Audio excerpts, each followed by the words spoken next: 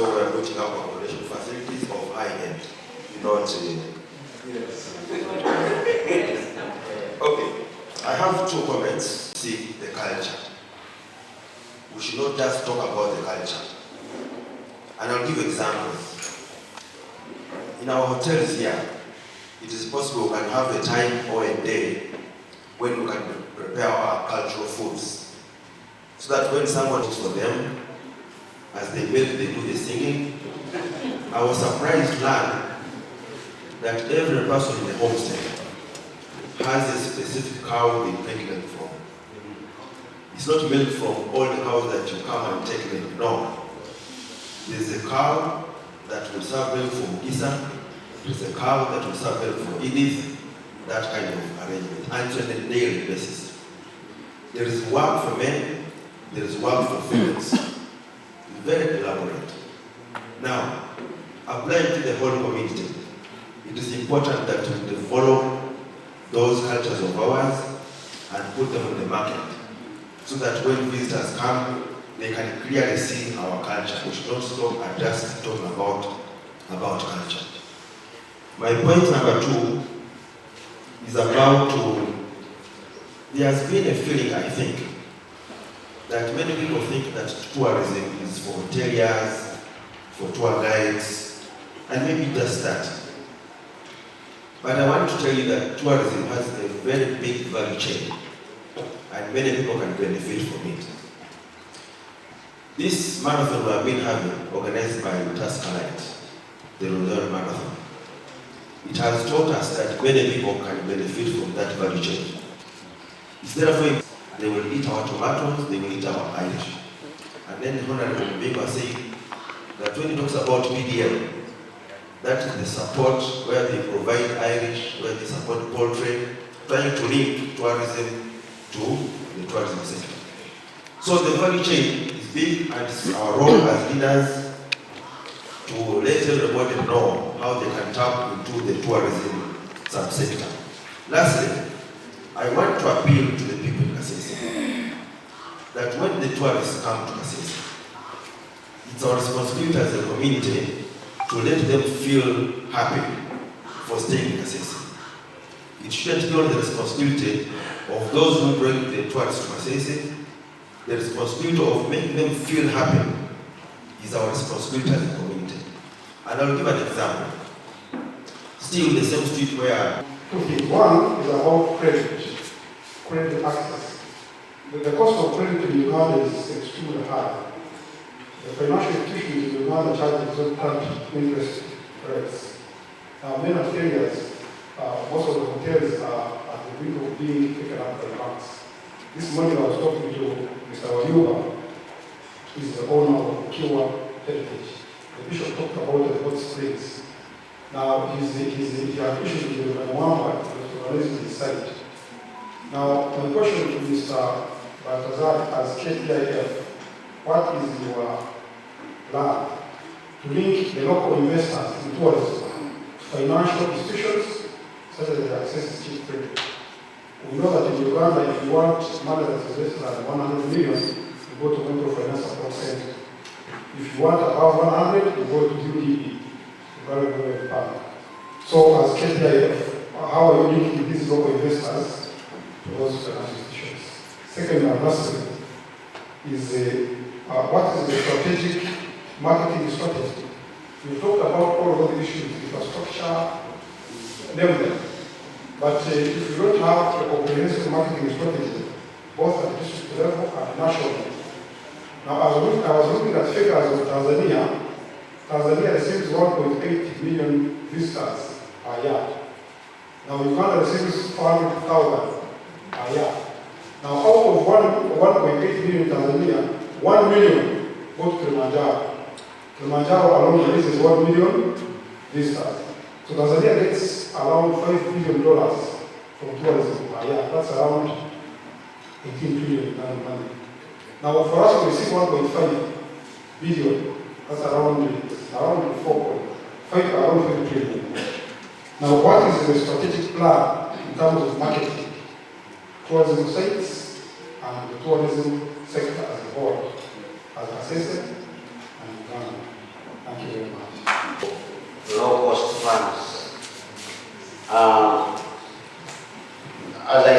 earlier, we are really not sleeping. We are trying here and there to share with the relevant organizations. You know, the money may be there, but you may not know. And we are tuned on TV, and our teams are really working. Like, for example, recently, when we realized that some of our people are not even aware of this money I was talking about, the growth, which is given at 10.5% per annum, and yet banks are around at 23%. When we talk to people, they started appreciating, and we have encouraged them to ensure that they put this money to good use. The tourism value chain, like Charles said, does not only stop at hotels. We are saying that if we were invested in good agriculture, produce good tomato, produce good tomato, produce good wine, all of this will end on the table of the tourists. So this is one area we are trying to mobilize. But number two, you are giving us a wake-up call that we should mobilize ourselves to ensure that we visit those who matter, the financial institutions, discuss with them, and then eventually we can guide our members. That one I take it for nothing, and it's very important we shall do that so that we can be able, all of us, to be able to benefit. Because in the banks, the interests, some of them are negotiable. Some of the interests they give are negotiable. So if you go as a big group and you clearly put your points clear, it can be possible. So I think that is the point that I have not made. Now the message. Really, if you came to our cultural gala here, we brought the bloggers. You call the bloggers, I think. These guys who are very active on social media. We had our local here. We had those in Kampala. We had about 20 of those young men who are working around the corner to ensure that everything that we were doing was going to the world. But we are also organizing the visit to Renzori. We are also trying to make sure that all hotels, all those involved in the tourism value chain, your infrastructure is sold outside, is seen outside. And the bookings, we are organizing a central booking strategy as KTIF. I think the infrastructure is already getting completed. If you have an institution, if you have a hotel or a school that is involved in the tourism value chain, just approach our offices at Verena Gardens and tell us what you have. We shall come and take the picture so that we can include you on our software, and your hotel, your infrastructure can be seen. We are going to work with all those who are invested. And lastly, what I must say, we want members. We want members. Membership is just, you pay only 300,000, and you are a member, you pay 200,000 per year as subscription. And once you do that, then we can work with you very closely. We are going to use our infrastructure to ensure that our software to ensure that all your products are seen. But we also not stopping there. We have moved. Our team went to Arusha to go and see what is there. If you don't move, you will not know what is happening. And when they came back, they brought us relations which we are building on to improve our services. Thank you so much. They're so unique, and some of them are getting extinction due to family planning.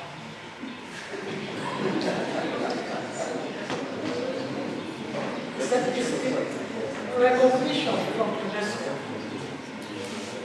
I don't know whether you've heard from somewhere that UNESCO recognizes names, but let me give you an example. I think I know where this is coming from. That is very close. Mr. Kawese, if I use the barcode, am I getting close? Yes. Your neighbors, the Batoro, the Banyoro, those are the ones that are there more?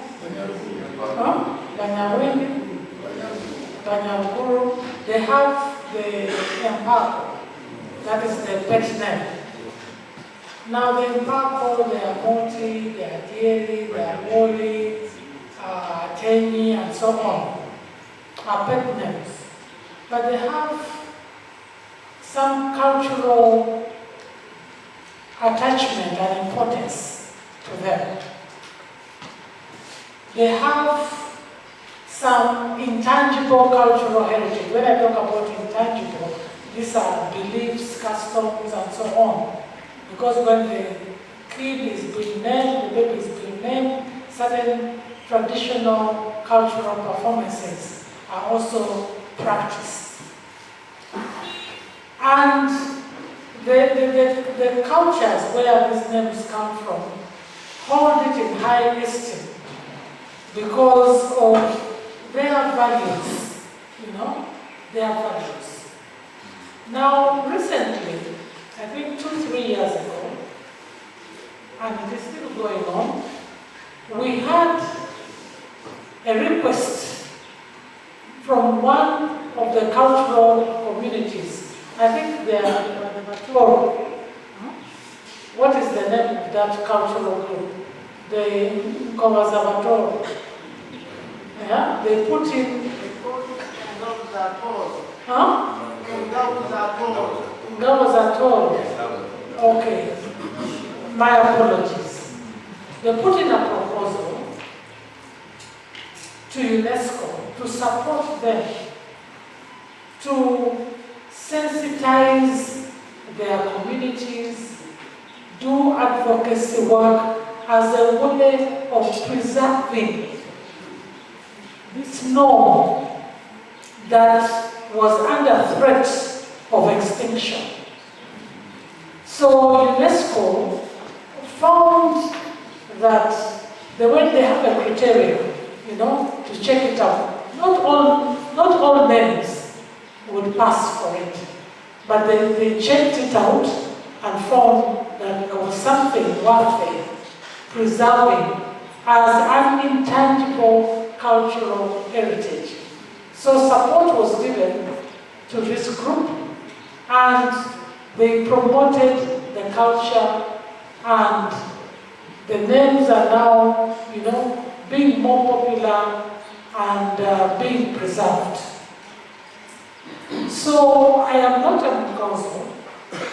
I don't know what is in the names of the Bakonzo that makes them unique, that makes them of outstanding importance or value. So I can only propose that if there is something like this amongst you, please submit a paper, a concept note, to us for discussion. And when we work with you and we see actually there are elements in it that need preservation, then we can put it across to UNESCO and seek for support. But somebody must do it. And it cannot come from us. Somebody must do it. So cultural tourism in a peaceful environment will take us there, where we shall be talking about tourism at its peak. Thank you. Who might have come a bit late. Retired Bishop Zebedi Kahanga Maseka, retired Bishop of South Rwenzori Diocese, where we are now. I've been retired for 20 years, but I am doing some community work. I have a medical clinic in town. I'm also special presidential assistant for Western region, and I get involved in activities like this, and I actually enjoy it. Finally, one of the things that I've liked is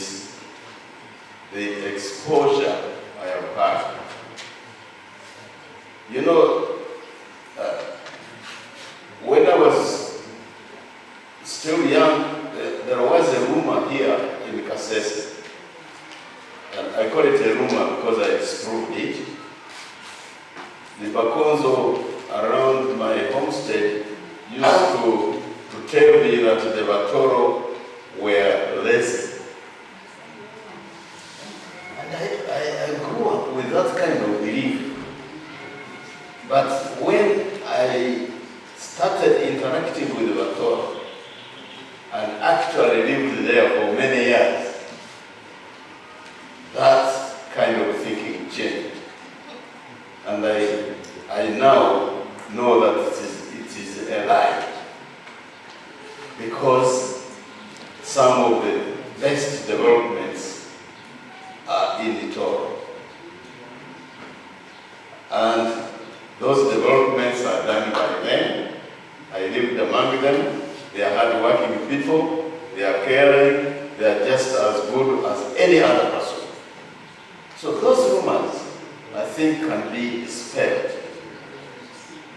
So, tourism or visiting or interacting with people of other cultures, you get to know that some of the biases are empty. Some of the biases you may have against other people, they have no basis. I have been to Gulu, and some of the people here call the people from Gulu as Wadugudu. Yes. But when I went there, I found them to be some of the best people in the world. So everywhere I have had an exposure to visit and interact with the people, I have discovered that some of our beliefs that we entertain because of being narrow or lacking in exposure, they are not correct. And tourism is one of those things which can help us to learn, to interact with other people and discover that they are as good as anybody else.